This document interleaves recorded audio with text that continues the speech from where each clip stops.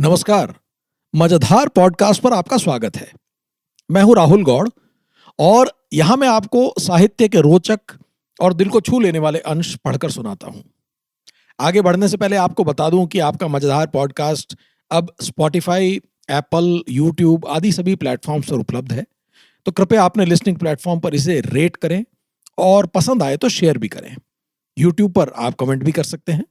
इसके अलावा भी अगर आप मुझे लिखना चाहें तो इंस्टाग्राम पर @मजेधार यानी MAJHDHAAR या एक्स पर @राहुल जी गौड़ पर मैसेज कर सकते हैं। अब बात आज के एपिसोड की। आज का एपिसोड यानी एपिसोड नंबर 70 पर मैं डॉक्टर राही मासूम रजा द्वारा 1966 में लिखे उपन्यास टोपी शुक्ला के कुछ अंश आपके लिए पढ़ूंगा। मात्र 100-125 पन्नों का यह उपन्यास दिखने में जितना छोटा है, असल में उतनी ही धार भीतर धरे हुए है। टोपी शुक्ला निसंदेह हिंदी भाषा के चोटी के साहित्य में शुमार किया जाता है। उपन्यास का नायक, जो कि जाहिर है टोपी शुक्ला है, एक ऐसे हिंदुस्तान में जवान हो रहा है जो अपनी नसों में ताजा ताजा बंटवारे का दर्द और धार्मिक ध्रुवीकरण यानी रिलीजियस पोलराइजेशन का जहर बहते देख रहा है। टोपी उन चंद बेवकूफों में है जिसे धीरे धीरे धार्मिक पहचानों का औचित्य समझ में आना बंद हो जाता है। पर समय की मार ऐसी है कि धार्मिक पहचान का हुआ हमेशा उसके आसपास तैरता रहता है। बल्कि ये सवाल तो आज भी दुर्भाग्यपूर्ण तरीके से प्रासंगिक है। ये कहानी ज्यादातर एक यूनिवर्सिटी में स्थित है, इसलिए गहरी बातों को भी काफी खिलंदड़ भाषा में कह दिया गया है। जो डॉक्टर राही मासूम रजा को नहीं जानते, उन्हें बताऊं कि डॉक्टर रजा 1914 में जन्मे। ये एक जाने माने साहित्यकार और कवि तो थे ही, उसके साथ साथ बड़े पर्दे यानी सिनेमा और छोटे पर्दे यानी टेलीविजन की दुनिया में भी खासे मकबूल हुए। ये लिरिसिस्ट थे, डायलॉग राइटर थे और 1987-88 में बनने वाले पौराणिक टीवी सीरियल महाभारत के संवाद और स्क्रीन प्ले इन्होंने ही लिखे थे। तो अगर आज आप स्टैंड अप्स में और रील्स में भ्राताश्री, पिताश्री आदि सुनते हैं, तो the credit goes to doctor Rahi Masoom Raza and of course to Mahabharat. मैं बता दूं कि डॉक्टर राही मासूम रजा का एक और उपन्यास आधा गांव बहुत प्रसिद्ध है, जिसमें वे करीब करीब आत्मकथा परक तरीके से भारत के गांवों में बंटवारे के परिप्रेक्ष्य में मुसलमानों की कहानी कहते हैं। यह उपन्यास टोपी शुक्ला जो मैं आज पढ़ रहा हूं, यह मुझे सुझाया हमारी नियमित श्रोता साक्षी सिंह ने। धन्यवाद साक्षी। टोपी शुक्ला को राजकमल प्रकाशन ने छापा है, उसे आप वहां खरीद कर पढ़ सकते हैं। राजकमल प्रकाशन को धन्यवाद कि उन्होंने यह सामग्री इस्तेमाल करने की अनुमति दी। पहला अंश जो मैं आपके लिए पढ़ूंगा, उसमें टोपी शुक्ला एक रेलगाड़ी में सफर कर रहे हैं, जहां विभिन्न लोगों और विभिन्न विचारधाराओं से मिल रहे हैं। सुनिए। टोपी जिस डिब्बे में बैठा, उसमें बड़ी भीड़ थी। शायद भीड़ ही हिंदुस्तानी रेलों की सबसे बड़ी पहचान है। टोपी ने यूनिवर्सिटी वाली काली शेरवानी पहन रखी थी। मैं खा लूं तो बैठिए, खाना खाते हुए एक बेहद स्टाम्प पेपर पर लिखे हुए पंडित जी ने कहा। क्या यह नहीं हो सकता कि आप खाना भी खाते रहें और मैं बैठ भी जाऊं? तुम यहां बैठ जाओ बेटा, पंडित जी के सामने वाली बर्थ पर बैठे हुए एक नौजवान से कहा। वह आ गया। आप वहां बैठ जाइए। वहां क्यों बैठ जाऊं? अरे तो क्या महाराज के सिर पर बैठोगे? एक तोंद वाला चीख पड़ा। यह बाबा का सिर है। टोपी ने बर्थ की लकड़ी बजाई। इस तरह ऐंठना हो तो पाकिस्तान जाओ, तोंद बोली। बात टोपी की समझ में आ गई। वह हंस पड़ा। माफ कीजिएगा। बाबा से माफी मांगकर वह दूसरी बर्थ पर बैठ गया। परंतु उसने यह अवश्य महसूस किया कि आसपास बैठे हुए लोग उससे बहुत खफा हैं। पंडित जी का खाना खत्म हो गया तो तोंद वाला पंडित जी से बातें करने लगा। धीरे धीरे आसपास के लोग भी बातों में शामिल हो गए।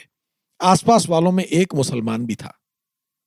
मगर सेठ साहब, उस मुसलमान ने कहा, अगर मैं मुसलमान हूं तो इससे यह कहां साबित होता है कि मैं पाकिस्तानी हूं? या यह है कि मैं हिंदुस्तानी बनकर इस मुल्क में रहने को तैयार नहीं हूं? आप इन्हीं श्रीमान को देखिए। तोंद ने टोपी की तरफ इशारा किया। यह देख रहे थे कि बाबा भोजन कर रहे हैं, किंतु मैं हिंदू हूं, टोपी ने कहा। मैं बलभद्र नारायण शुक्ला हूं।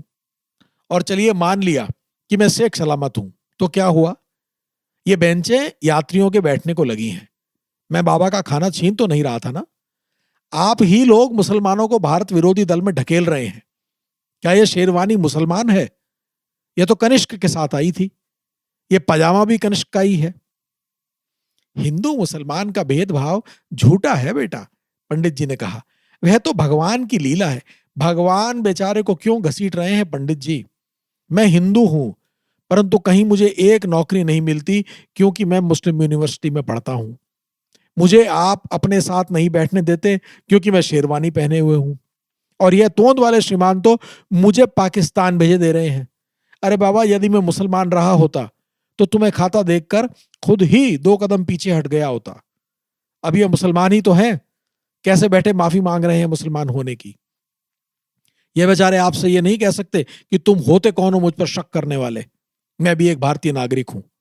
इनके दिल पर तो आज डर की एक और तह जम गई होगी। अब ये सफर करेंगे तो किसी ऐसे डिब्बे में बैठेंगे जिसमें 10-20 मुसलमान भी हों। और जब कोई इनसे यह कहेगा कि हिंदू मुसलमानों को चैन से नहीं रहने देंगे, तब इन्हें यह यात्रा याद आएगी। यदि आप रेल के किसी आम डिब्बे में भोजन नहीं कर सकते, तो सरकार से कहिए कि वे कुछ हिंदू डिब्बे चलाए जिनमें आप आराम से भोजन कर सकें। श्री राम तो भीलनी के झूठे बेर खा लें और आप मुझे अपने पास बैठने भी ना दें कि मैं मुसलमान हूं। बगल में बैठे हुए मुसलमान का दिमाग इधर से उधर भागने लगा। वह 50-55 बरस का एक पढ़ा लिखा आदमी था। पाकिस्तान का ख्वाब उसने भी देखा था। उसने नारे भी लगाए थे। छपरा के सैयद आबिद रजा को जूतों का हार पहनाने में वह आगे आगे था। वह मुस्लिम नेशनल गार्ड्स का सालार रह चुका था। उसे अपनी कई तकरीरें याद आती रहती थी। वह एक छोटा मोटा सा बड़ा आदमी था। तकरीर करने खड़ा होता था तो पंडाल तकरीर के नारों से गूंज उठा करता था। वह नमाज नहीं पढ़ता था, रोजा नहीं रखता था, शराब पीता था, परंतु दीन मोहम्मदी के बचाव के लिए वह भी खड़ा हो गया था। फिर पाकिस्तान बन गया। वह पाकिस्तान नहीं गया, वह कांग्रेसी हो गया, जिला कमेटी का मेंबर हो गया। परंतु खद्दर के नीचे वह अब भी मुस्लिम लीगी था। वह मौके की तलाश में था। पहले तो उसने पाकिस्तान जाने के बारे में सोचा, परंतु जब उसने ये देखा कि छोटे बड़े तमाम लीडर पाकिस्तान जा रहे हैं, तो उसने अपना इरादा बदल लिया।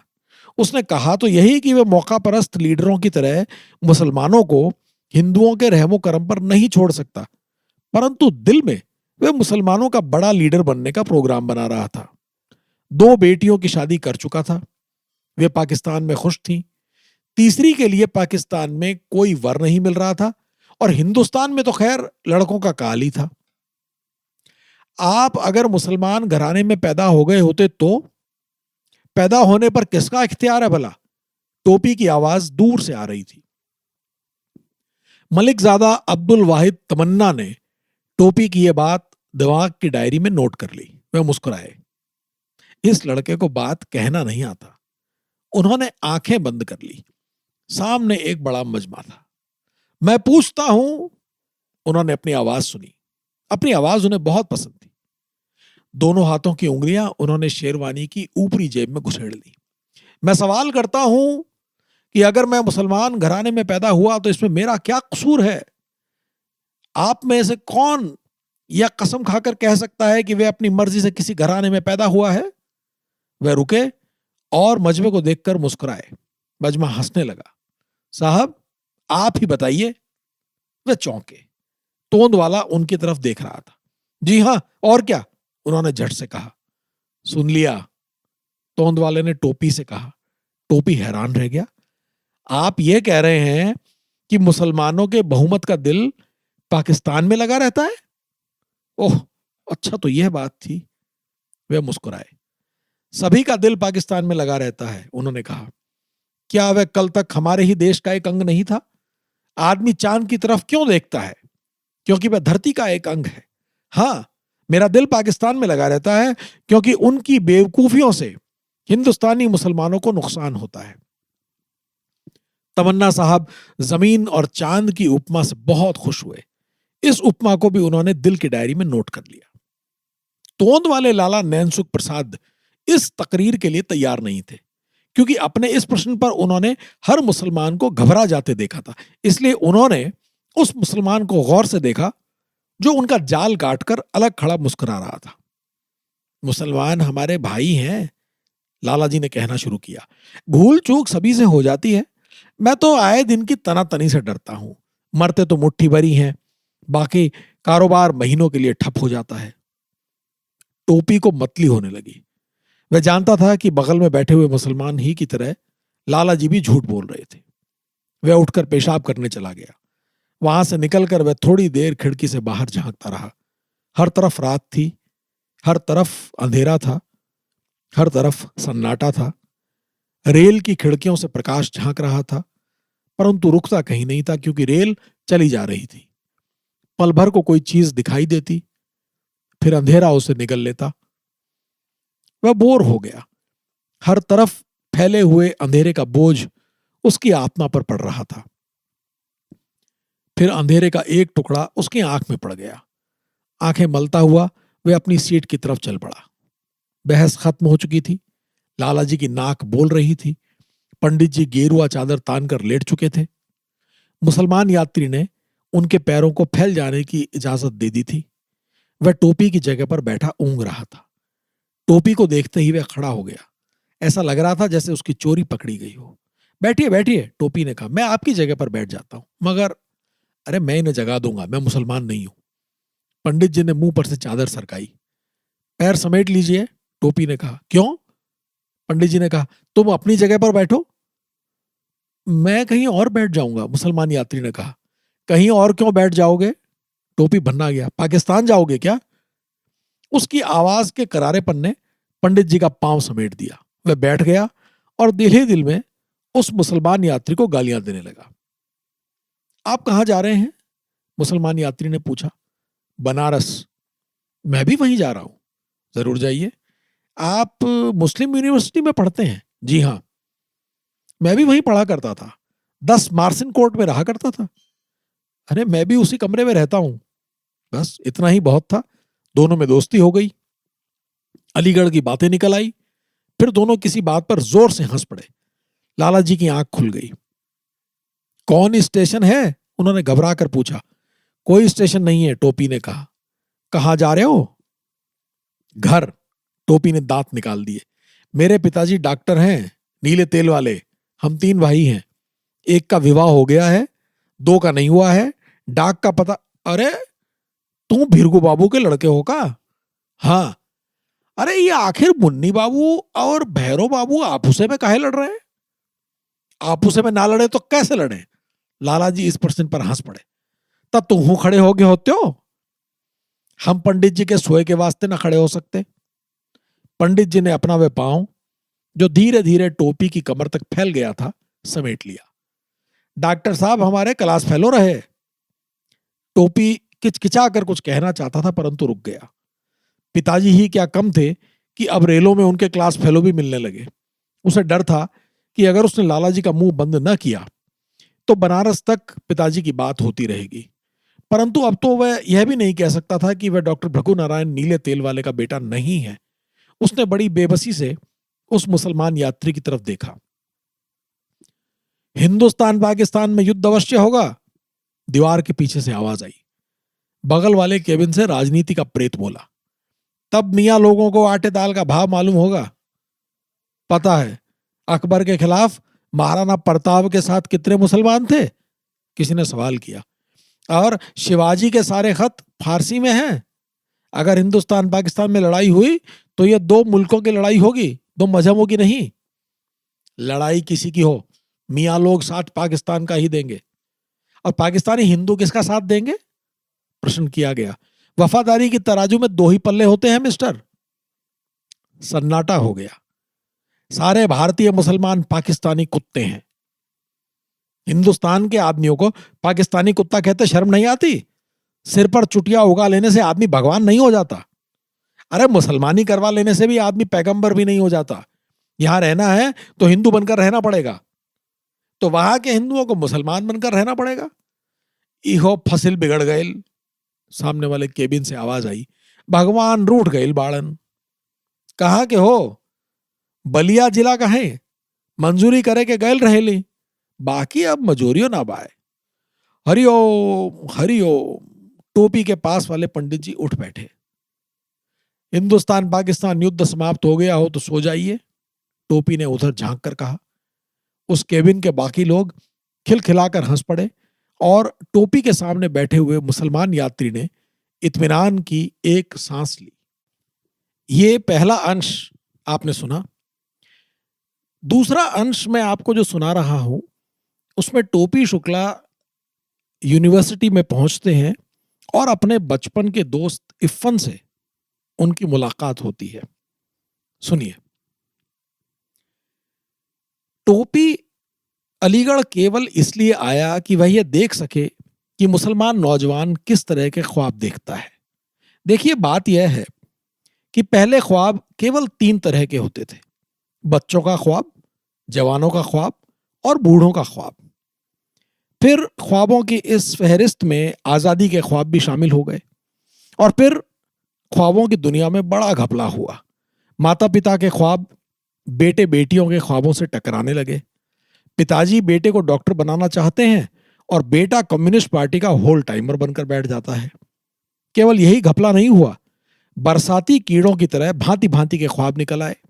क्लर्कों के ख्वाब, मजदूरों के ख्वाब, मिल मालिकों के ख्वाब, फिल्म स्टार बनने के ख्वाब, हिंदी ख्वाब, उर्दू ख्वाब, हिंदुस्तानी ख्वाब, पाकिस्तानी ख्वाब, हिंदू ख्वाब, मुसलमान ख्वाब। सारा देश ख्वाबों की दलदल में फंस गया। बच्चों, नौजवानों और बूढ़ों के ख्वाब ख्वाबों की धक्कम पेल में तितर बितर हो गए। हिंदू बच्चों, हिंदू बूढ़ों और हिंदू नौजवानों के ख्वाब मुसलमान बच्चों, मुसलमान बूढ़ों और मुसलमान नौजवानों के ख्वाबों से अलग हो गए। ख्वाब बंगाली, पंजाबी और उत्तर प्रदेशी हो गए। राजनीति वालों ने केवल यह देखा कि एक दिन हिंदुस्तान से एक टुकड़ा अलग हो गया और उसका नाम पाकिस्तान पड़ गया। यदि केवल इतना ही हुआ होता तो घबराने की कोई बात न होती, परंतु ख्वाब उलझ गए और साहित्यकार के हाथ पांव कट गए। ख्वाब देखना व्यक्ति, देश और उम्रों का काम है, परंतु हमारे देश में आजकल व्यक्ति ख्वाब नहीं देखता। जागते जागते देश की आंखें दुखने लगती हैं। रही उम्रें तो वे ख्वाब देखना भूल गई हैं। आखिर कोई किस बूते पर ख्वाब देखे। परंतु क्राइसिस यह है कि किसी को ख्वाबों के इस क्राइसिस का पता ही नहीं है, क्योंकि अपने ख्याल में सब कोई ना कोई ख्वाब देख रहे हैं। इसलिए टोपी भी ख्वाब देख रहा था, परंतु अलीगढ़ आकर वह ऐसे लोगों में फंस गया कि उसका सारा प्रोग्राम धरा रह गया। सरदार जोगेंद्र सिंह, हामिद रिजवी, इक्तिदार आलम, केपी सिंह, हिंदू, मुसलमान और सिख लड़कों का एक छोटा सा गिरोह यूनिवर्सिटी में एक और ही लड़ाई लड़ रहा था। यही वे लोग थे जो यूनियन के चुनाव में हिंदू लड़कों को खड़ा करते थे और उनके चुनाव का काम करते थे। मार खाते थे, चुनाव हारते थे, परंतु हिम्मत नहीं हारते थे। तुम क्यों डरते हो? एक दिन हामिद ने कहा, तुम मेजॉरिटी कम्युनिटी के हो। 4 करोड़ मुसलमान 30 करोड़ हिंदुओं का क्या बिगाड़ सकते हैं? 4 करोड़ से भी कम थे साले जब उन्होंने मंदिर तोड़कर मस्जिदें बनवा ली थी। हिंदुओं ने तोड़ने क्यों दी? जोगेंद्र ने सवाल किया। देखो शुक्ला, केपी बोला, बात यह नहीं है। कल का हिसाब किताब करने बैठ गए तो सवेरा हो जाएगा। यहां 4 करोड़ मुसलमान हैं और वह यहीं रहेंगे। क्यों रहेंगे? क्योंकि हम यहीं के हैं। इक्तिदार को गुस्सा आ गया। इक्तिदार को गुस्सा आता था तो उसका सफेद रंग गुलाबी हो जाता था। इसी का नाम हिंदू शाविनिज्म है। क्यों रहेंगे? यूं पूछ रहे हो जैसे ये मुल्क तुम्हारे बाप का है। वह तो है, टोपी ने कहा। मेरे बाप का नहीं तो क्या तुम्हारे बाप का है? आ गए जने कहां से बहे बिलाने और घर वाले हो गए। और तेरे बाप दादा तो सिरफल के पेड़ की तरह यहीं उगाए थे। प्लीज इक्तिदार, जोगेंद्र ने कहा। नहीं म्या, इक्तिदार ने उसका हाथ झटक दिया। इन हिंदुओं का दिमाग चल गया है। अरे हिस्ट्री पढ़ो, हिस्ट्री। यहां सभी बाहर से आए हैं। बात बहुत बढ़ गई। टोपी खड़ा हो गया, मगर इक्तदार बैठा ही रहा। और जब टोपी बन बिगड़ चुका तो वह खिलखिलाकर हंसने लगा। चलो चाय पिलाओ, और कांग्रेस वालों के लिए अपने बाप के नीले तेल की 2 शीशियां मंगवा दो। उनकी पॉलिटिक्स के रग पट्टे लुझा गए हैं। अब मैं, ये तुम्हारे यहाँ दाढ़ी वाला कौन आ गया? हामिद जोगिंदर से पूछा। निकले जूनियर ही ना, जोगिंदर हंसा। अरे भाई, ये वही जरगाम साहब हैं, बुलबुलिया के जमाने में हुआ करते थे, मगर बाई गॉड क्या स्पीकर है। सईद अंडा तो कहा करता था कि सुल्तान न्याजी और मुनिस साहब से भी अच्छा स्पीकर है। बगल वाली मेज पर बैठे हुए लड़के किसी लड़की की बात कर रहे थे, और दूसरी तरफ कोई सीनियर मुल्ला लड़कों के एक गोल को चाय पिला रहा था और कम्युनिस्टों के इखलाक पर तकदीर कर रहा था। इस यूनिवर्सिटी को हिंदुओं का डर नहीं है, मगर कम्युनिस्टों का डर है। डॉक्टर जाकिर हुसैन ने पुरानी दुश्मनी निकाली है। कोई डिपार्टमेंट ऐसा नहीं जिसमें कम्युनिस्ट ना घुस आए हों।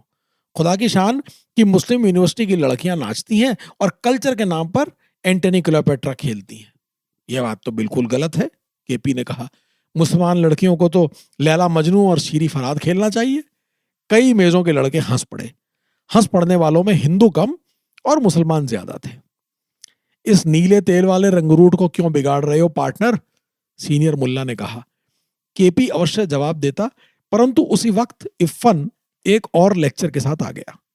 सालिकम, केपी ने सलाम किया। सालिकम, इफ्फन ने जवाब दिया। कहिए, कौन कट रहा है? केपी कट रहे हैं साहब, जो ने कहा। आइए। दोनों लेक्चरर वहीं बैठ गए। सुना है कि आपका ड्रामा बड़ा शानदार हुआ, इफ्फन ने केपी से कहा। मैं तो उसी दिन दिल्ली चला गया था, बड़ा अफसोस हुआ। ये कौन साहब हैं? उसने टोपी की तरफ इशारा किया। भाई अपना नाम ले डालो, भाई खान ने कहा। इनका नाम जरा राष्ट्रीय भाषा में हो गया है साहब। इफ्फन मुस्कुरा दिया। बलभद्र नारायण शुक्ला। इफ्फन चौंक पड़ा। कहां से आए? बनारस से।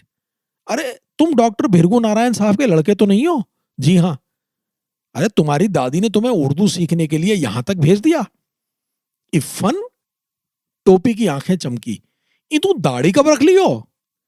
यह मेरे बचपन का दोस्त है, इफ्फन ने केपी वगैरह से कहा।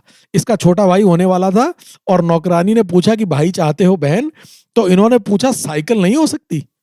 इतने जोर का कहकहा पड़ा कि कैफे डेफोंस की छत हिल गई और एक मेज पर बैठी शक्कर के दाने चुनती हुई चिड़िया घबरा कर उड़ गई। साहब हम इन्हें इतने गजब का नहीं समझते थे, इक्तदार ने कहा। अरे जब तो हिंदी में एमए करने बनारस को छोड़कर अलीगढ़ आए हैं, केपी ने टुकड़ा लगाया। तो मियाँ लोगों का छुआ खाने लगे तुम? इफ्फन ने पूछा। और तुम्हारी वह जबरदस्त चुटिया क्या हुई? तुम्हारी दाढ़ी के काम आ गई, टोपी ने जल कर कहा। कोई नहीं हंसा। इफ्फन मुस्कुरा दिया। खा पी चुके हो तो हमारे साथ आओ। इफ्फन खड़ा हो गया। साहब वह चाय आ रही है, केपी बोला। इक्तदार पी लेंगे। साहब वह बिल भी आ रहा है, केपी ने कहा। वह नहीं आएगा। इफ्फन बिल अदा करता हुआ टोपी को लेकर चला गया। दोनों बहुत खुश थे, परंतु दोनों ये राज छिपाए हुए थे। दोनों यादों को खंगाल रहे थे, परंतु किसी के पास कहने वाली कोई बात नहीं थी। बात यह है कि दोनों हिंदुस्तान की आजादी से पहले बिछड़े थे। तुम्हारी दादी तो हिंदी के राष्ट्रभाषा हो जाने से बहुत खफा होंगी। वे मर गई। अरे अरे क्या, कब तक जिंदा रहती? अरे आखिर वह तुम्हारी दादी थी।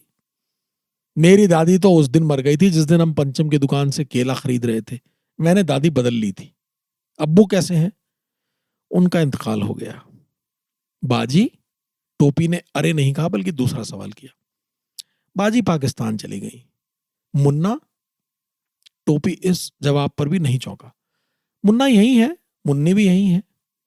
बातें समाप्त हो गई। दोनों चुप हो गए। दोनों उदास हो गए। दोनों के बीच में कोई अनदेखी दीवार थी।